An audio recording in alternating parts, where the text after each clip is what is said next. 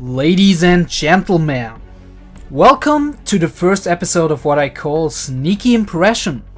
For those people who don't know the format, or rather can't really tell from the obvious name, I'm gonna give you a short rundown.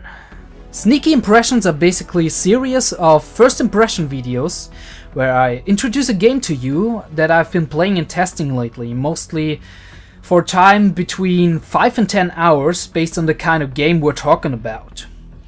I show you the general settings, point out the unusual stuff. I will then go on, jump into the gameplay, main menu, character choice and character creation if available, basic gameplay functions, mechanics, controls.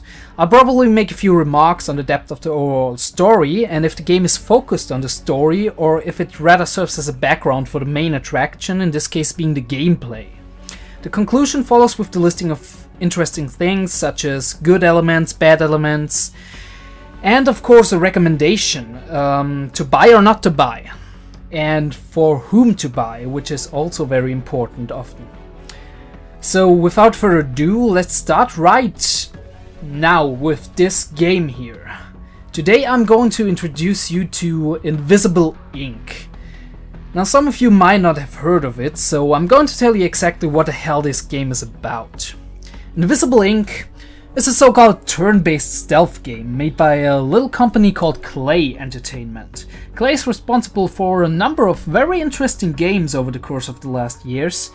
They got an astonishing level of quality, in my opinion, for an indie game company, and they got quite a unique art style as well, as you can see from this cover. Other games the company did create are, for example, the very popular Shank, which I personally never played, but would like to try out sometime, as well as Mark of the Ninja and Don't Starve, two games which are very niche in nature, but very good in their own right, in my opinion. The game at hand, Invisible, Inc., formerly called Incognita but later renamed, seems to combine a turn-based strategy elements such as the popular XCOM series has, with themes of corporate espionage and your typical stealth gameplay that evolves around not being seen, evading enemies, taking down guards or obstacles, and most importantly, stealing information. I'm going to take a short look at the options menu at first. This game being an indie game, it doesn't have a lot of options, but we see some rather nice stuff in here, such as enforced widescreen, where you can, for example, even if you have a 16:10 aspect ratio, you can enforce a 16:9, which is very good for recordings if you want to make a let's play or something like that, as well as the colorblind settings, which not every game has 3 options of. The sound settings are pretty primitive, I'd say. It would be maybe good if they had an additional setting for the voices in the game, aside from the normal music and sound effect volume. The gameplay options are not that many, though I have to say the difficulty modifiers in the starting menu make up for that. We have the language options where the game originally actually is only in English, but you can find more versions in other languages in the Steam Workshop, which this game supports. If you want to. I personally don't, because this game is mainly driven by mouse and you can do almost everything you want by using the mouse, but if you want to, you can even rebind the key settings and customize them to your liking. A very good option. Whenever it is possible, a game should have such an option. So let's start the game and get right into it, show you a little bit something about it. We're going to start a new game and play the story. As you can see, the difficulty levels here are quite a lot, if I might say so. We have the beginner difficulty, the experienced and the expert. The beginner difficulty has 5 rewinds and level retries, which are the main factor in separating those difficulties from each other. I don't think the guard AI or the security measures are that much higher in higher difficulties, but the difficulty is more defined by the number of retries you are getting in a mission. Since this game is very tactical, of course the number of retries is very important. What we're going to do, we're going to take the experienced one as base difficulty here. There's also the Expert Plus difficulty, which is hiding the danger zones, means the vision of cone of vision of guards as well as the line of sight of cameras. Then we have an endless difficulty where the final mission is not available, meaning that you are endlessly going on missions as long as you want, and the game basically asks you how long can you survive. We also have Endless Plus, which is an even harder version of the Endless difficulty, and Time Attack, which gives you a limited time to make every move. And in the end here we have the custom difficulty, which we are going to do. Since I want to showcase every feature if possible, we are going to activate level retries and have 3 rewinds. We are going to get a little bit more money so I can show you properly what we are about to do. We do increase the number of objects in the game, which will enable us to show the stuff we are going to do easier. Guards per level, we are keeping this on normal. I don't know if I would make it if it wasn't on normal. So far I've only played on the experienced difficulty, not on the expert one. But enough talking here. We should get right into the gist of things now by starting the game. We are going to skip this. I don't want to spoil the story for you. So, in the beginning of each new game, you do choose 2 agents out of a small pool. If you play the game for the first time, you will only have 2 starting agents, Decker and International, but with time and every done mission or game in general, you're collecting XP to unlock new agents, those which are labeled as classified here. Each agent has a unique ability, such as Decker, who has a modded cloaking rig, who can turn him invisible for a round, as well as International, which has a wireless emitter which enables her to hack devices and detect security devices from a distance, which is very useful. They also have a unique set of skills. Decker, for example, has more speed, which enables him to move more in one round. And International has an improved hacking skill, which enables her to gain more power from hacked consoles. The number of agents available to you in a mission can change, by the way, since you can encounter agents in some of the missions you are doing and take them with you as backup. That is very useful and can come in handy if you lose one of your agents, since if an agent is shot and not recovered, the agent is lost permanently, or if you want to use the special ability of the new agent you unlocked, since every agent has his own strengths and weaknesses.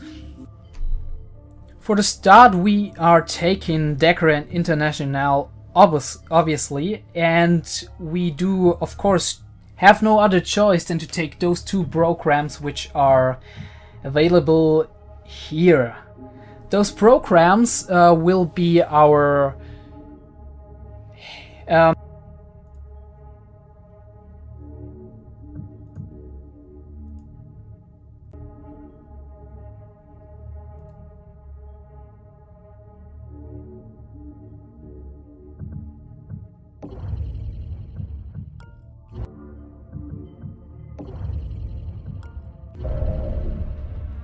Operator, are you there? The jet's stealth rate. If that happens, as you can see here, the whole mission, the whole game is voiced, and you play the role of an operator who basically guides those agents through the mission and tells them where to go and what to do. What we see here is the world map and an overview of your several resources, such as your credits and the value of all the agent upgrades, items, programs, and credits your company owns. We also have hours remaining, which is showing you how many hours you have before the final mission of the game starts. As you can see, the time is ticking down in real time, which makes this menu here very very wasteful in terms of time. But what we have here is our first mission. To the right you can see the security level of the mission, which is obviously low at the moment. And below the name you can see the time it takes to fly to the mission from your current location, which is very important since this time counts into the 72 hours you have remaining. So it is wise to maybe choose missions which are harder, though closer to your location later on in the game, in order to make more missions, because it is your goal, of course, to do as many missions as possible and gather as many resources as you can get for the final mission. The number of missions you do in one game are often between 4 and 8 missions, probably rather 4 to 6 missions, I think. Unless you are playing in endless mode, of course. The missions themselves, like I already mentioned, have a very roguelike nature to them. While the environments look very similar most of the time, the levels themselves are randomly generated, meaning you will not find the same level design setup, ground patrols, the same items, money or security measures in the same place.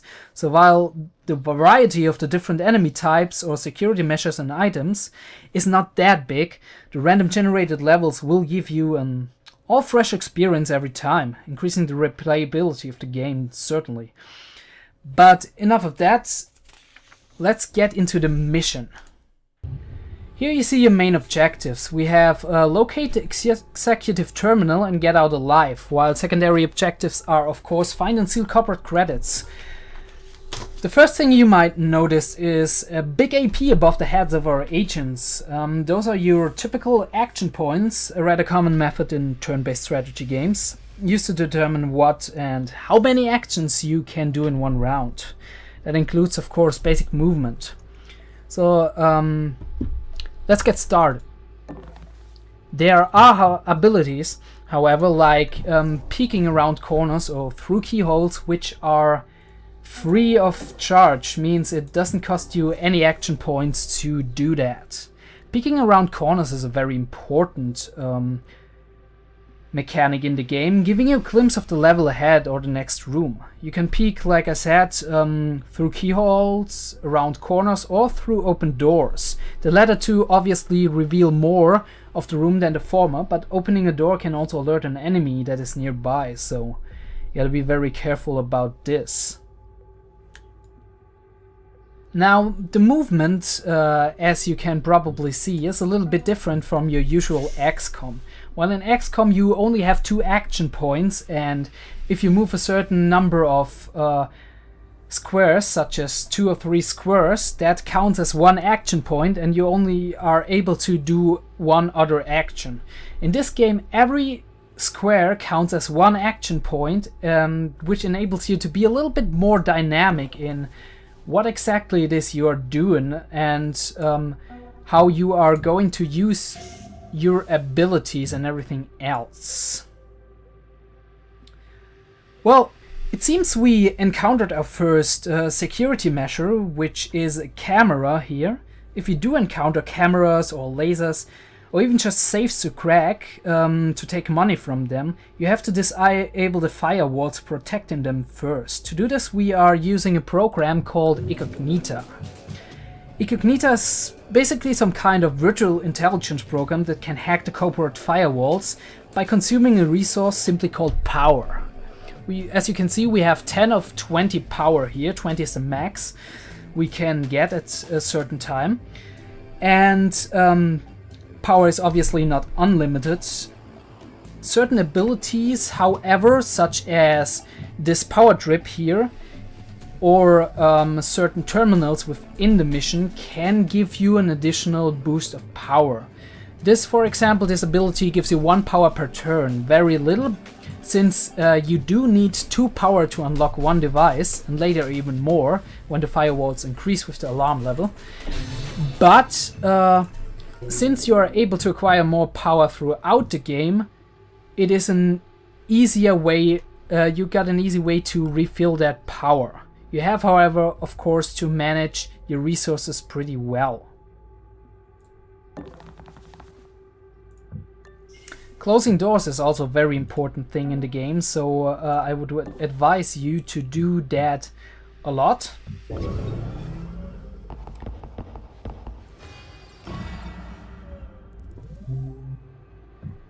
So, we ended our first turn and it seems our security level increased. Why did that happen? Well, it's pretty easy. Each time you end your round, the security level increases by 1 point. That means you only have a limited amount of time before your infiltration in the facility is detected, and you have to move quicker, have to explore less, have to gather less resources. With every rising alarm level, there are additional security measures which are triggered. That can involve additional cameras, more guards, higher firewall levels, which means that you will have to spend more power breaking down the firewalls. Like, for example, if a camera has a firewall level of 1, then you only need 2 power. If a camera has firewall level 2, you need 4 power to break the firewall, which makes it more important to decide between your priorities and see which resources are more important and which cameras or safes you want to unlock. On higher security levels, you can even encounter guards which will be able to spot you a lot faster. It's a very scary thing if you, since you do only have a certain amount of time until more guards are coming. What we're going to do here is we're going to move Dagger to this door and let him look through, since it's a free action. That is no problem. We seem to be having no enemies inside here, so we can open that door and look around the corner again. We have a console here, which is the station I mentioned, which you can access to acquire more power, as well as a corporate safe, which we can steal from. To steal from corporate safes, however, you do also have to break their firewalls, which I just did, and we acquired 150 credits. Very nice. Money and other resources are in fact a very interesting element of this game. On the one hand, you do need the money to buy equipment and sometimes ammunition for yourself. On the other hand, it does cost you if a mission is not going clean, or if you do not pick enough resources to compensate for what you did use in this particular mission.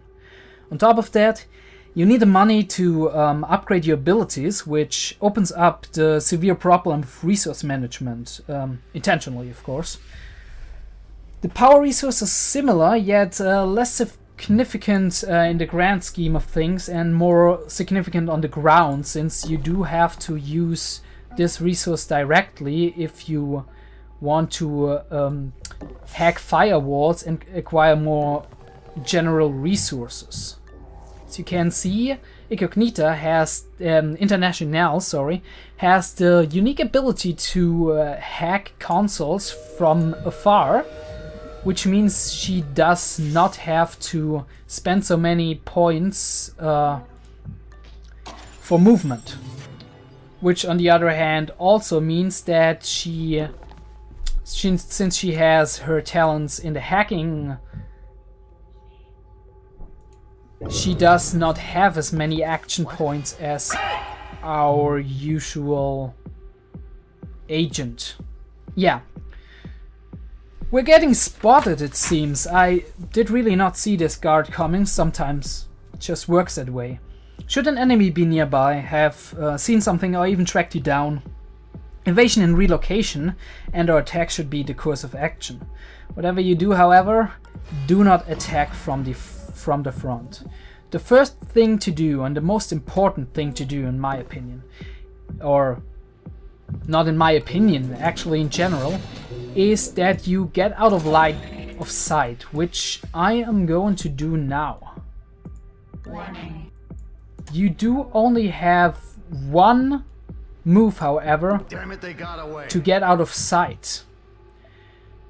Should this enemy be nearby, we do not have a lot of options. Since this is a stealth game and it has a heavy focus on stealth, we do not have a lot of weapons with us. Some agents carry guns with them, which is very useful in emergency situations. However, killing a guard activates a heart monitor, which increases the alarm level by a large margin, so you kind of want to avoid that. If you want to kill an enemy with a gun, you should also know that there is very little ammunition and it is very hard to find and very expensive to buy if you need to acquire it. Killing or shooting at a guard, however, will instantly kill him, which is a good point.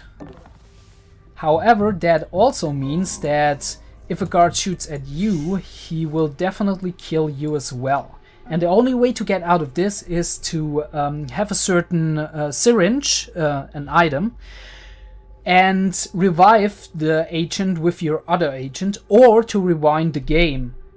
As you can see here, the rewind function of which we have 3 uses.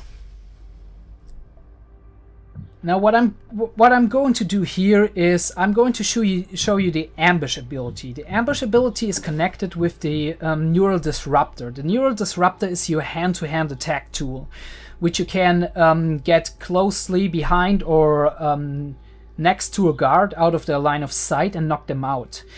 If you are threatened, however, if a guard detects you or comes close to your position, you can hide behind a corner and can ambush him, which means your agent is basically in waiting, and if the guard in his turn comes next to you, your agent is going to knock him out. This, however, sets down the cooldown of the neural disruptor, which is 3 turns, which of course means that the next 3 turns you will not be able to attack any guards, so you should use that carefully. The guard is knocked out for 3 turns, which means after 3 turns, and if he wakes up, you will be able to knock him out again.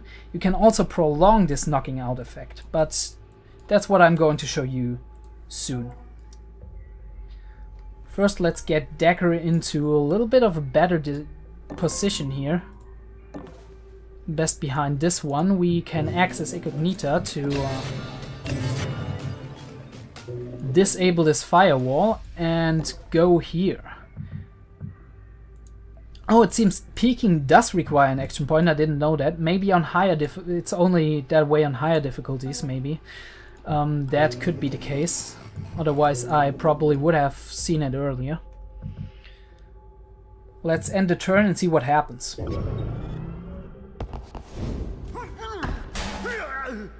See, we just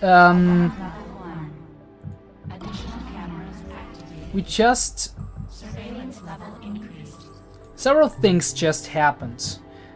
We looted a guard, we knocked him out, and he's pinned down, which means that as long as the agent stays and pins the guard down, the guard stays at his 3 mission cooldown, meaning he stays KO'd for as long as you are over him, and then the 3 turn cooldown will be enabled as soon as you go to another field.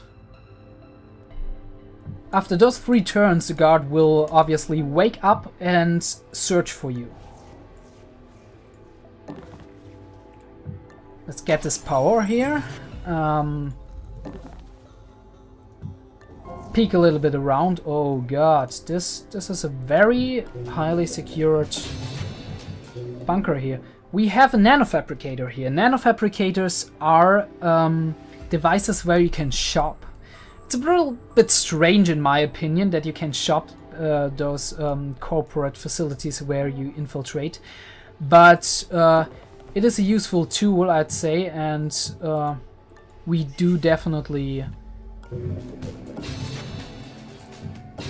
can definitely use it very well in the end, since that way we can acquire new tools and upgrade certain special abilities we have. Now this guard will wake up in 3 rounds. It's very important to close down doors, which does stop the guards, as they first of all do search the immediate area instead of going through the door right away. We are looking into this door as well with Decker. We have to decide now what we are going to do. I think we're going in here, since there is...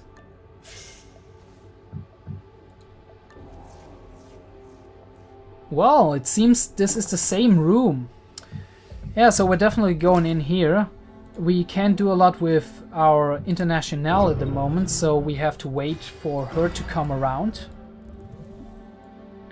As she comes around, she will be able to detect certain devices, such as the executive terminal we have been searching for the whole time. I assume this door might also lead to it, but I would rather not risk that. Let's open this door and move here with Decker. Peek through.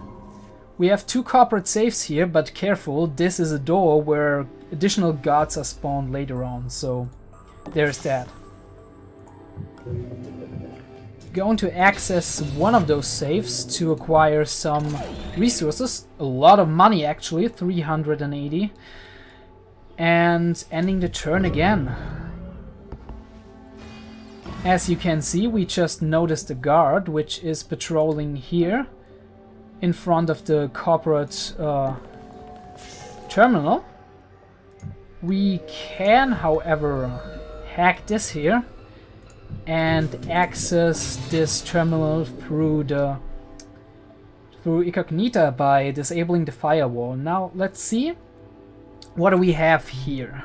What we can do here is we can buy certain weapons or augments. I just bought a riot dart, which enables us to shoot enemies from a distance, and what we have here as well is a charge pack, which enables us to refill weapons ammo and reduces the cooldown, such as the cooldown of the neurotransmitter, neural disruptor.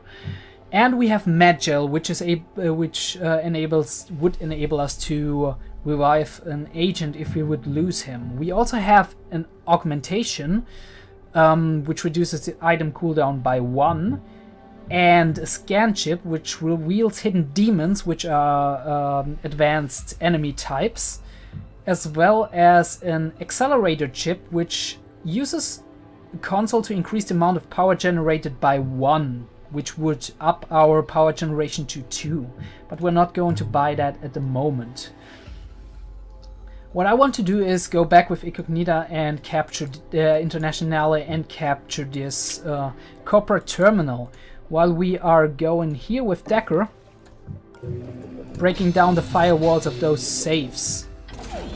We are also, seems this one is a dead end, I assumed as much. Definitely going to search for an exit with Decker. It's very important to find the exit, You don't have to find it fast, but you should be able to know where you have to escape, because it's very difficult to escape such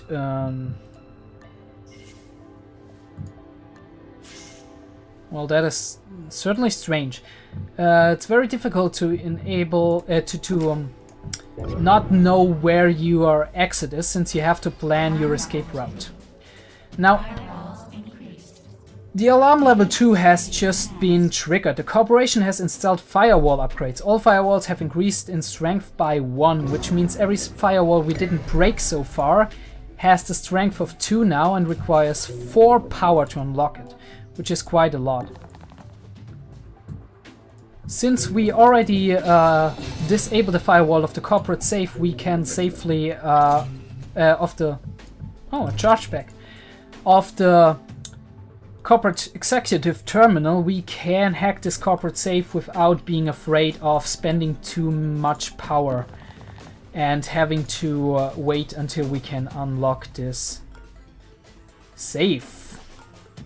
Now, there are not many ways to hide here, but we might be able to observe. Yeah, the guard is definitely going in that direction. Observe is an ability that lets you basically guess where a guard is going. Now we do know he's going into the other direction. We could KO him for two rounds, which might be just the right moment to show you how takedowns are made. This is not a kill, but it is a stealth distance takedown, so let's do this. As you can see, like I said, there's no randomness to it like in the usual XCOM games or anything. A KO is a KO, a kill is a kill. You gotta be very careful considering that.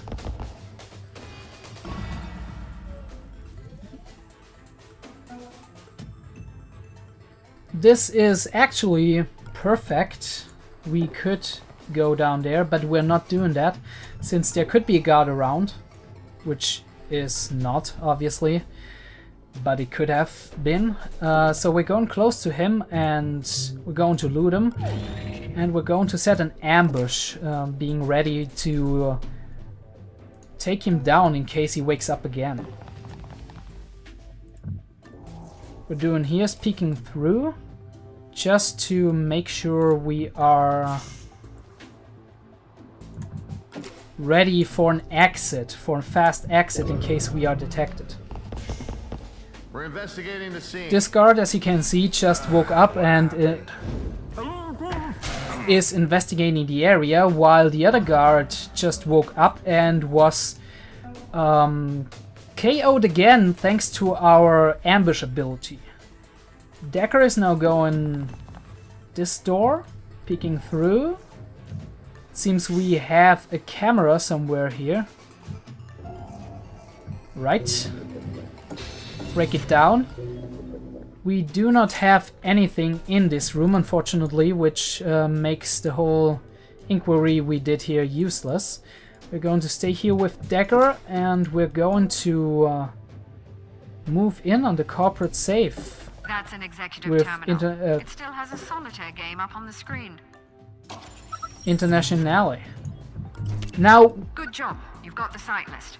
They noticed you poking about and have changed up their patrols. Be careful on your way out. just wanted to say, now what happens now is that they actually noticed that you are poking around, and they changed their patrols now. So you gotta be careful. Patrols which applied before that do not have to be the same way now. Checking things out. And there are some of the guards which are actually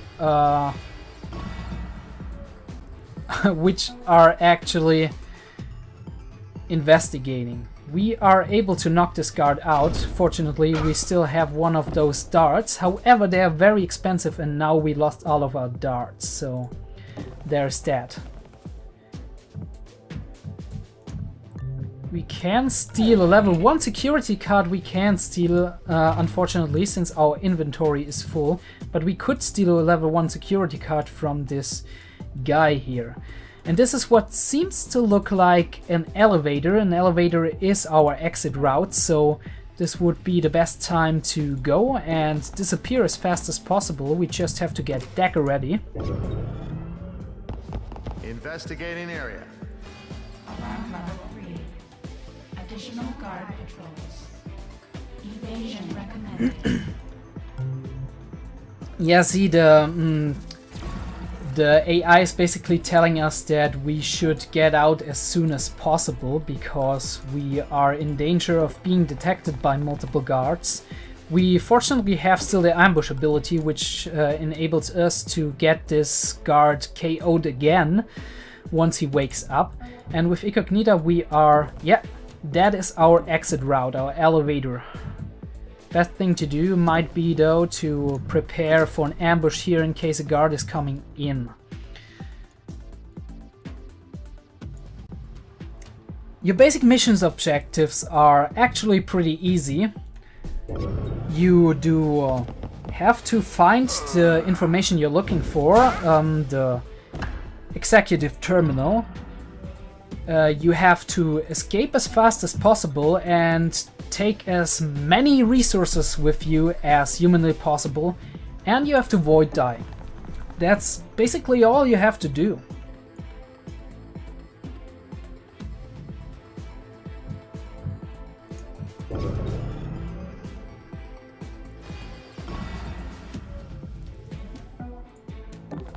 And now we are out. We have officially... oh wait. Nope. See, that's where rewind comes in. Normally I wouldn't use that now, but let's use the rewind ability to get a few steps back and correct that mistake I just made.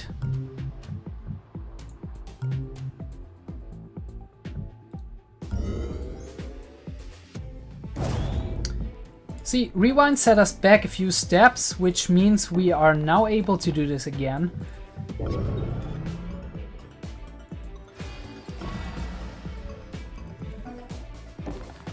And escape without any trouble. Yes. So the mission is finished. That executive had a very interesting list of contacts. I'm sure they won't miss it. What you have here is the end mission report. It basically tells you how many consoles you hacked, how many devices you did deactivate, what you acquired during the mission, what your costs and your gain was, and what came out in the end as the net worth of your resources and agents. Now, after this end mission report, you are able to upgrade your skills by using the money you gain during the mission. We are going to do that now. Since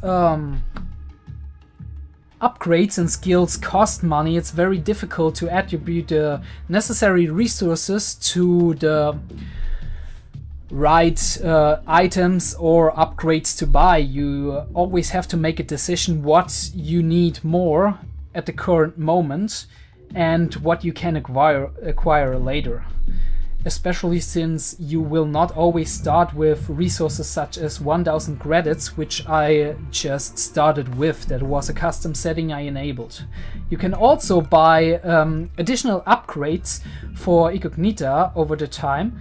Install new upgrades to enable you to be more flexible in terms of hacking and have more advantages here. So this is Invisible Ink for you. Slowly but steady we arrive at the conclusion, so let's ask the questions you probably have been asking since I started this video. Is this game any good? Should you buy it? Well, yes and no. I personally like it, but I also know this game, like most of Clay's games, is a very niche game. It targets a very small audience, and this means that the game is not necessarily fun for everyone. You should be aware of what you're getting yourself into before you buy this game. If you like turn-based strategy like XCOM and don't mind the subtraction of shooting and combat elements, obviously. If you like stealth games, or if you like the idea and themes of corporate espionage, if you like unique gaming experiences or games with higher replayability, in this case made possible by the random generated levels that you encounter every time, then I would recommend this game for you. It is pretty good. The build is solid, there are not a lot of bugs as far as I can tell. I didn't stumble over more than 1 or 2 little bugs. The options and difficulty settings are there plenty. The game has an interesting concept and it delivers on what it promises. Being a turn-based stealth experience with a hint of roguelike that many indie games have these days. But with a style and a background theme, and also kind of a unique mix of gameplay that not many games have these days. If you want to get this game, it is available on both Steam and GOG for 19.99 euros or your regional equivalent. And I hope to see you on the next episode of Sneaky Impressions. If you want to see more Sneaky Impressions, or if you want to watch my Let's Plays, subscribe to my channel, there's more to come. See you on the next video.